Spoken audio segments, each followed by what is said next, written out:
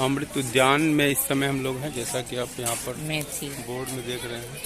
ये अमृत उद्यान है और ये जो पौधा आपको दिखाई दे रहा है मेथी, यहाँ पे लिखा हुआ, यहाँ पे लिखा हुआ देखिए मेथी लिखा हुआ है ना, तो मेथी है। तो ये मेथी का पौधा है। तो अगर इस वीडियो से आपको भी कई चीज़ें आपको जानकारी मिलने वाली हैं। पहली बात मेथी का तो औषधीय गुण, इसकी व्याख्या तो बहुत ज़्यादा आयुर्वेद में की गई है। और हमारे यहाँ घरों में जब सब्जियां बनती हैं तो उसमें पंचफोरन का है, तो 5 से एलिमेंट होते हैं। सौंफ है, उसमें मेथी भी है, तो मेथी इसका बहुत ही इम्पोर्टेंट एलिमेंट होता है। और मेथी के का गुण जो है आयुर्वेद में काफ़ी इसकी व्याख्या की गई है। पेट से संबंधित, अगर मान लीजिए आपके पेट में आँवों की समस्या हो तो उस तरह की जो समस्या होता है, अम्योबाइसिस जो की प्रॉब्लम होती है, उसमें मेथी बहुत गुणकारी होता है। ये भी देखिए एक पौधा है, ये मिंट का पौधा है। और आजकल मिंट की खेती जो है बहुत इसको बढ़ावा दिया जा रहा है। तो पान वगैरह जो खाते हैं और बड़ा ठंडा, और जो तेल वगैरह जो ठंडा जो तेल होता है उसमें भी इसका प्रयोग किया जाता है। और काफ़ी राहत रूह जैसे जो तेल हैं उसमें काफ़ी ये पेपरमेंट, देखिए पेपरमेंट है, ये पेपरमेंट। अब ये देखिए एक पौधा बड़ा प्यारा है और इसको मुझे लगता है कि हमने कर्नाटक में हमने इसका वो खाया था। इसका स्पेलिंग कोलियस, स्पेलिंग देखिए कोलियस है, इसका एग्जैक्ट कोलियस का क्या है, लेकिन इसकी जो सुगंध है वो इसको क्या कहते हैं, अजवाइन। अजवाइन जो होता है ना, अजवाइन की तरह इसका पकौड़ी बनती है। कर्नाटक में मैंने खाया था, बेंगलोर में, अजवाइन की पकौड़ी। हमारे कर्नाटक के संस्कृत टीचर थे NS गद्दे सर, तो उन्होंने इसका पकौड़ी खिलाया था। अजवाइन, इसकी सुगंध देखिए, आसपास मांगे तो उसके अजवाइन की सुगंध भी आ रही है। तो इसमें हम अमृत उद्यान में भ्रमण कर रहे हैं। और अमृत उद्यान जैसे अमृत काल में ये स्टेविया, मेथी तुलसी, तो ये मेथी तुलसी का ये पौधा है। अच्छा, तुलसी की तरह दिख रहा है। हाँ, इसलिए इसका नाम मेथी तुलसी रखा गया। इसकी कुछ विशिष्टताएं होंगी और अगर हम अब जाकर इसको दोबारा हम एक्सप्लोर करेंगे, ये पौधा, इसका क्या महत्व है। अभी हम आपके पास पहुंच रहे हैं सदाबहार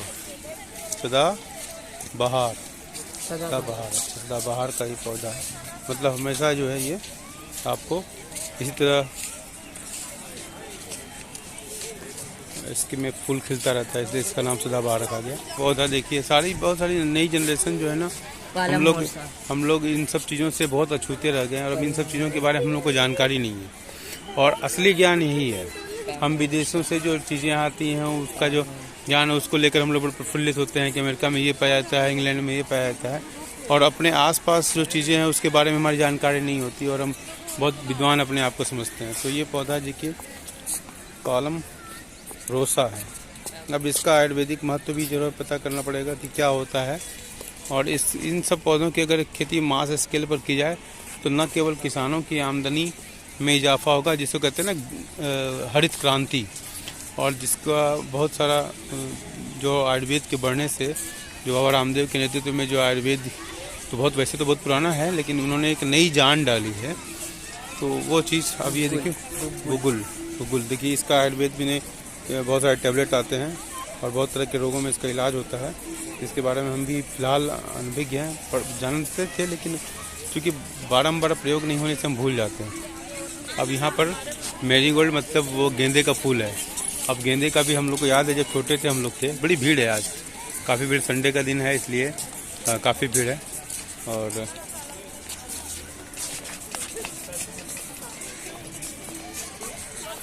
अब ये है सर्पगंधा का ये पौधा, मैं आपको दिखाता हूँ। सर्पगंधा का भी काफ़ी बड़ा आयुर्वेदिक महत्व है और विभिन्न तरह के रोगों के उपचार में इसका ये काम में आता है।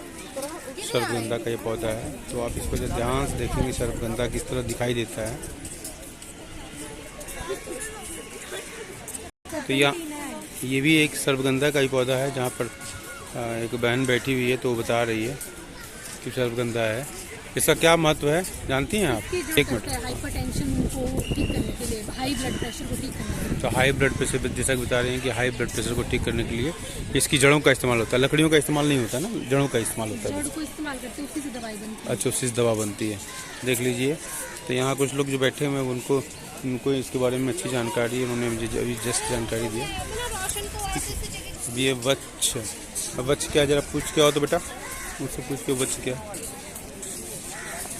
वच्छ है ये। अब इस पौधे को आप ध्यान से देख लीजिए। वैसे तो लगता है कि ये धान की खेती है, लेमन ग्रास की तरह लग रहा है। फिर एक बार देखेंगे इनके बारे में।